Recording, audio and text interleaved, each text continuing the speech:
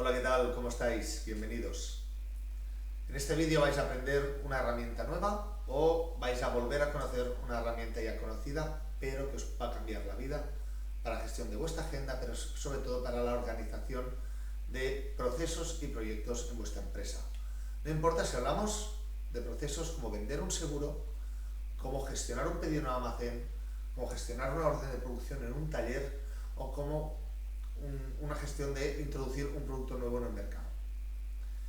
Esta herramienta que seguramente algunos ya usáis, y me permito añadir que quizá de manera no del todo correcta, es el tablero Kanban. Entonces este vídeo es el primero de 3 vídeos. En este vamos a ver qué es el tablero Kanban, la composición básica y para qué es útil. En el segundo vídeo de lo que hablaremos es cómo podemos gestionar las dificultades de los procesos actuales en el día a día, la necesidad de gestión de urgencias, la necesidad de gestión de feedback, la necesidad de decisión a corto plazo, cómo nos puede ayudar el tablero Kanban y qué pequeñas variaciones le podemos introducir. Y en el tercer vídeo lo que haremos es vincular el tablero Kanban con las 4 grandes palancas de mejora de cualquier proceso. Hablamos de la secuenciación, hablamos de la gestión de capacidades, hablamos de la gestión de la organización de personas y sobre todo de la gestión de flujos de información. Dicho esto, empezamos ya para explicaros lo que es un tablero Kanban. El tablero Kanban básicamente es una herramienta de visualización de un estado de flujo de un proceso. Es lo que veis aquí, con columnas que nos indican las fases en las que se está desarrollando una tarea. Y me diréis, Oriol, me has comentado de un proceso, ¿por qué no de un proyecto? Vamos a discutir un poco cuáles son las grandes diferencias entre un proyecto y un proceso, porque veremos que cada vez más estos dos conceptos están acercándose más y más. Para un proyecto al final es algo único, ¿no? Es ir del punto A al punto B, es algo que tiene que ser hecho adrede. En cambio, un proceso es algo que tiene repetición, que es continuo, que existe una rutina, que están claros los pasos 1, 2, 3, 4. En entornos operativos, pero también en entornos de oficinas o en nuestro día a día, cada vez más las peticiones son más transversales, cada vez más las peticiones son únicas, el portafolio se amplía. Y esto implica que los procesos poco a poco están empezando a ser más únicos. Es mucho más difícil que los procesos en determinados escenarios, en determinados contextos, sean repetitivos uno tras de otro. Por tanto, los procesos se están proyectizando. Estoy convencido que en este vídeo conocéis a Project Manager que desarrollan tableros Kanban para la gestión de proyectos a largo plazo. Este vídeo no es para esto. Este vídeo es cómo gestionamos procesos continuos en nuestras empresas que se están proyectizando y que cada día nos están dificultando más las tareas. Me explico. Preparación de un pedido de e-commerce que es único respecto al anterior. Fabricación de una producción única, un pedido único para un cliente que en ocasiones va hacia unos procesos y va hacia unas máquinas y en ocasiones va a otras. La venta de seguros que os decía antes. La venta de seguros es un proceso repetitivo, eso sí, pero las peticiones de cada individuo son únicas y lo que se le está ofreciendo es único. Entonces, cada vez es más difícil encontrar procesos que sean sota, caballo, rey. Es decir, que sea siempre los mismos pasos. Estoy a día de hoy haciendo una consultoría en una empresa que tiene que fabricar bandejas de productos alimenticios para una gran cadena de supermercados. Pero cada bandeja, aunque el proceso es el mismo, porque tiene que ir poniendo ingredientes en distintas partes de la bandeja, cada bandeja es distinta y es un producto único. Y esto es lo que le hace especial. Y para eso necesitamos alguna herramienta que nos ayude a organizarnos, nos ayude a saber dónde están nuestros operarios y sobre todo qué es lo que se tiene que hacer en cada momento. Vamos a utilizar una herramienta que existe como tablero Kanban para llegar a ello.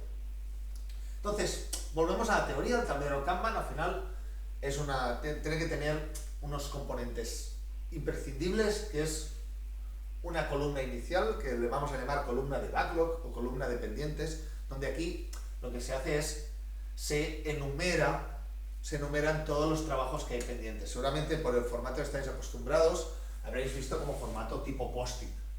pero esto puede ser un formato tipo post-it, puede ser un formato tipo post-it o puede ser un formato tipo órdenes de producción. No tiene por qué ser una columna, puede ser un casillero con órdenes de producción. Entonces es muy importante que tenga un orden preestablecido. Lo habitual en un tablero Kanban es que vaya de abajo arriba. Es decir, que la más nueva es la que va subiendo, y las más antiguas se ponen debajo. ¿Vale? Si profundizáis en este tipo de tableros, sabréis que hay tipos de tareas distintas, hay tipos de tareas con fecha fija, que entonces pueden saltarse, hay tipos de tarea distintas con distintos colores o con distintos tipos en función de departamento, de duración, pero vamos ahora a imaginar que son simplemente tareas estándar, que las organizamos por el método FIFO, First In, First Out. Es decir, la primera que entra es la primera que tiene que salir.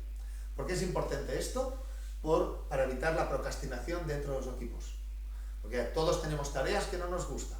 El ejemplo de un almacén. He visto 1001 almacenes, el pedido que toca preparar, en función del operario que se lo encuentra. Uy, este pedido no me gusta. Este pedido es pesado de hacer, que lo haga el novato, ¿no? Y lo hacen y se mueve para atrás. No, esto es para evitar esto. El que toca, toca, y así evitamos procrastinar determinados tipos de tareas en nuestra organización. Insisto que en almacenes y talleres lo podéis ver como un casillero, donde el orden, en lugar de ser así, sería un casillero más o menos así, donde la orden de producción o el pedido que toca preparar es el primero que te encuentras y los demás se van incorporando por detrás. Vale. Una vez que tenemos eso, tenemos también que definir, y esa es una parte muy importante, las fases del proceso proyectizado. Es decir, qué fases deben existir. ¿Cuál es la dificultad? Cuando proyectizamos procesos, cada vez más es más difícil estandarizar. Por tanto, las fases nos va a costar bastante definirlas inicialmente. Para definir estas fases, lo que os aconsejo es buscar dónde están los entregables. Cuando hay entregables muy claros, es donde tenemos que hacer el corte de las fases. En ocasiones hay empresas que cometen el error de hacer mucho micromanagement y entonces poner infinitas fases, como 10, 15 fases en este tablero. Mi consejo es que no lo hagáis, que simplifiquéis, que agrupéis. Me explico. Hicimos un tablero similar para una empresa que tenía 1001 pasos en la fabricación de unos cuadros, que se tenía que hacer cuadros eléctricos. Pero al final lo que es importante definir es dónde se terminan las fases. Había una fase que era la de petición de oferta. Una vez estaba la petición de oferta clara, ya existía un entregable claro. La siguiente fase era la compra de todas las materias primas. No estaban los pasos de cada compra, contacto con cada proveedor, negociación con cada proveedor, sino que el entregable final era la negociación, la adquisición de todas las materias primas para ese producto. Y finalmente había la fase 3. La fase 3 es una fase de producción. Entonces, aquí sí que es cierto que en la realidad existía otro tablero interno dentro de la fase 3. Pero es importante que en la empresa aprendamos, cuando definamos esto, simplificar, a evitar el micromanagement. Porque si nos caemos en complicar mucho la gestión de columnas, es un proceso que va a acabar perdiendo valor, porque la dificultad del seguimiento hará que la gente lo deje de seguir. Entonces, resumiendo, tenemos que fijar fases en función de sus entregables claros, y que es probable que una fase englobe más de un subproceso. Y finalmente necesitamos una columna de fin de tarea. Esta columna de fin de tarea la necesitamos básicamente para que nos dé 3 beneficios. El primer beneficio es que nos comunica que algo se ha terminado sin tener que hablar. Acordaos, los que ya me conocéis, de que yo insisto mucho siempre en el concepto no hablar, no andar. Por tanto, me está diciendo que no hable, me está diciendo, oye, yo ya te estoy informando que esto ya está, sin necesidad que me preguntes. En segundo lugar, me va a dar satisfacción, porque cuando estamos en una vorágine del día a día en el que no paramos, nos cuesta mucho ver lo que se ha terminado. Y entonces esto visualmente nos da satisfacción de saber que algo se ha terminado. Y puede ser que menosprecéis este beneficio, pero os aseguro que ayuda muchísimo al mantenimiento a largo plazo de la salud y la sostenibilidad de recursos internos de la empresa. Y el tercer motivo, y el más importante, es para medir, porque me va a dar una medición tiempo a tiempo de qué número de procesos se hacen en un periodo de tiempo. ¿Y eso qué me está dando? Me está dando, de momento, cuando yo tengo esto claro, me está dando la capacidad promedio de todo el proceso. Me está diciendo, para resumir, que si este equipo ha terminado 5 procesos proyectizados en una semana, me está diciendo que mi capacidad promedio de todo el proceso es de una actividad, de un proceso al día. Y eso al final lo que me está dando es el takt time de salida del propio proceso. Takt time para los que habéis oído un poco, o sea, para los que no hayáis oído nada de Lean, al final lo que me está diciendo es la frecuencia de salida de órdenes en este proceso. Que quizá un día fueron 2 y otro día fueron 0, sí, pero el promedio es de 1. ¿Y esto para qué lo necesito? Lo necesitamos para una tarea muy importante en un tablero Kanban, que es fijar los WIPs. ¿Qué son los WIPs? Los WIPs, W y P, los Working Process, es fijar el límite de tareas que serán en cada fase en paralelo. Y eso es muy importante, porque cuando estoy en empresas, por ejemplo, empresas de software, empresas que se dedican a informática, que gestionan este tipo de tablero, lo que no hacen es poner límite a las tareas que se pueden tomar en paralelo. ¿Y esto qué hace? Que genera colapsos y cuellos de botella. Y al final empezamos a gestionar urgencias y acabamos acabamos sufriendo la espiral de tiempo de respuesta que la tenéis explicada en otro vídeo. Entonces, es importante que fijemos cuál es la cantidad máxima que una fase puede hacer. ¿Para qué? Porque básicamente lo que necesitamos es tener un flujo continuo, ¿no? Tener un flujo lo más rápido posible. Entonces, en este ejemplo, imaginemos que tenemos 3 personas en cada fase, para poner un ejemplo fácil. Si tenemos una capacidad promedio ya estudiada de una tarea al día, entonces podemos decir que aquí podemos estar gestionando perfectamente 3 tareas en paralelo. Para evitar que alguien esté parado, podemos llegarle a poner hasta un 4, ¿no? Por tanto, este sería el límite de cada fase. Pero ¿qué es lo que pasa con los procesos proyectizados? Que el cuello de botella no siempre es fijo, sino que se va moviendo. Entonces, es importante fijar esto porque vamos a introducir otro concepto que es la polivalencia del personal entre fases. Pero antes de llegar ahí, antes de llegar a la polivalencia, debemos tener claro, para empezar, fijar un WIP. ¿Qué significa limitar el WIP?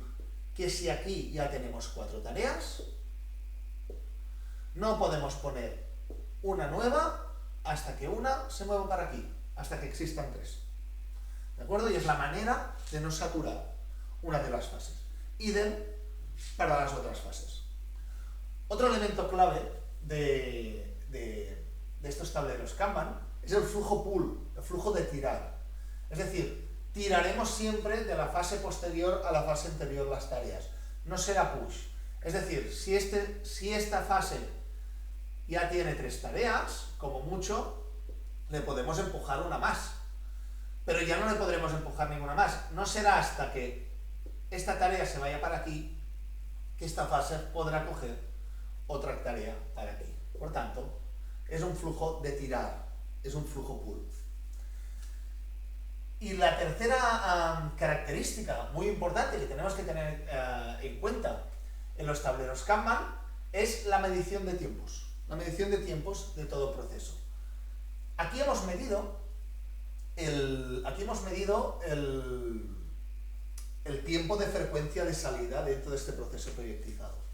Pero tenemos que medir también el tiempo que pasa de promedio desde que algo entra aquí hasta que sale. Porque una cosa es que el flujo puede ser de una tarea al día, pero puede ser que empiece 2 semanas antes. Entonces, a medida que vayamos teniendo esta columna de fin, si anotamos el momento en que entra en cada fase y el momento en que entra la fase fin, podremos saber cuál es su tiempo de ciclo. ¿Y por qué es importante el tiempo de ciclo? El tiempo de ciclo es importante porque yo soy capaz de responder con un promedio. Imaginaos que estos son 3 semanas, semana 1, semana 2, semana 3 de promedio. Yo soy capaz, sin intervenir, de poder gestionar con mi equipo. Si alguien me pregunta ¿cuánto tiempo vas a tardar en fabricar esto? Si yo no intervengo y lo pongo aquí como prioritario, sé que de promedio voy a tardar 3 semanas sin tener que condicionar que cada una de las fases lo ponga como prioritario. Entonces ya me está dando una aproximación de tiempo. Idem, si aparte de medir el tiempo de ciclo, medimos también desde que la tarjeta entra aquí hasta que sale, que esto sería el famoso lead time. Y para metodologías más ágiles en producción, sería el concepto MCT o Manufacturing Critical Path Time, pero esto da para otro vídeo y lo veremos en otro vídeo. Entonces, el lead time, ¿qué me dice? El tiempo que tardamos desde que empieza y la tarea está en espera hasta que vayamos a terminar aquí. Lo mismo, si alguien me pregunta, oye, de promedio, ¿tú qué vas a tardar desde que te doy la tarea hasta que me la entregues? Imaginaros que esto es 1 semana, 2 semanas, 3 semanas, 4 semanas o 4 periodos de tiempo. Yo soy capaz de responder 4 periodos de tiempo, sin tener que influir y manipular cada una de las fases ni interaccionar con mis trabajadores para que esto esté hecho. Porque al final esto es una herramienta de autonomía funcional. ¿Y qué significa autonomía funcional? Que la gente sepa lo que tiene que hacer sin que tú tengas que hacer micromanagement, intervenir en cada paso, ni condicionarles las urgencias, ni cambiar las prioridades. Vamos a intentar que las decisiones fluyan y vayan solas. Creemos un marco de trabajo para que eso funcione. Finalmente, el último punto importante del tablero Kanban es la asignación de personal responsable en cada fase. ¿Por qué? Porque si nosotros tenemos que asignar personal a cada fase. Y este es el personal especialista de cada fase. Y después les tenemos que asignar tareas secundarias. Es decir, oye, señor responsable de fase 3, cuando tú no tengas nada que hacer, porque no puedes tirar, porque no te están llegando tarjetas terminadas de la fase anterior, pues tu tarea secundaria es ir a desbloquear el cuello de botella en la fase 2. O señor de la fase 2, cuando te encuentras que no puedes empujar, te vas a desbloquear el cuello de botella de la fase 3. ¿Cómo saben qué es lo que tienen que hacer? Porque verán cuál de las fases es la que está saturada. Para eso es importante tener personal especialista, pero también personal polivalente, que en ocasiones nos pueda ayudar a desbloquear cuellos de botella. Esto es muy importante para procesos proyectizados, muy distintos, con portafolio muy distinto también en el sector servicio, donde el cuello de botella se mueve. El cuello de botella se mueve y entonces necesitas que el personal sepa lo que tiene que ir haciendo para desbloquearlo sin que nadie se lo diga, porque no nos olvidemos, al final nuestro objetivo ¿cuál es? Que esta tarjeta que empieza por aquí y pasa por todas las fases, tenga el tiempo de ciclo el menor posible. Pero al final, ahorrando estos tiempos de ciclo, tanto de ejecución como de coordinación, es como la empresa va a ahorrar dinero. Entonces, tablero Kanban, vamos a hacer un repaso de los elementos claves.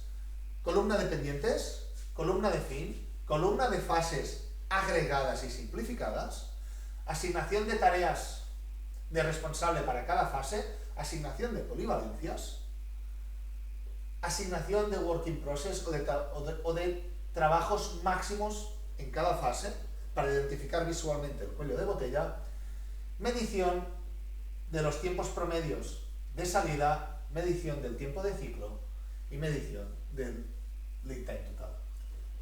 Esto está dando información al equipo día a día, pero está dando información a gerencia de cuándo se tarda en escenarios ideales a tirar un proceso proyectizado hacia adelante. Pues nada, espero que esta explicación os haya ayudado a entender cómo un tablero Kanban no solo sirve para proyectos, sino también para procesos proyectizados y cómo os puede ayudar a visualizar y a controlar, que al final la parte principal es el control, a controlar cuál es el día a día de la empresa de una manera muy clara y sobre todo a compartir la información. Si os ha gustado este vídeo, por favor, dadle al like, suscribiros y darle a las notificaciones de la campanita para poder ver los otros 2 vídeos vinculados a sobre la primera explicación teórica del Kanban en procesos proyectizados, que es elementos clave a tener en cuenta para escenarios muy ágiles y sobre todo cómo vincularlo a las 4 grandes palancas de mejora, que es la secuenciación de procesos, la visualización del flujo de información, las capacidades y la organización de personas. Hasta la próxima.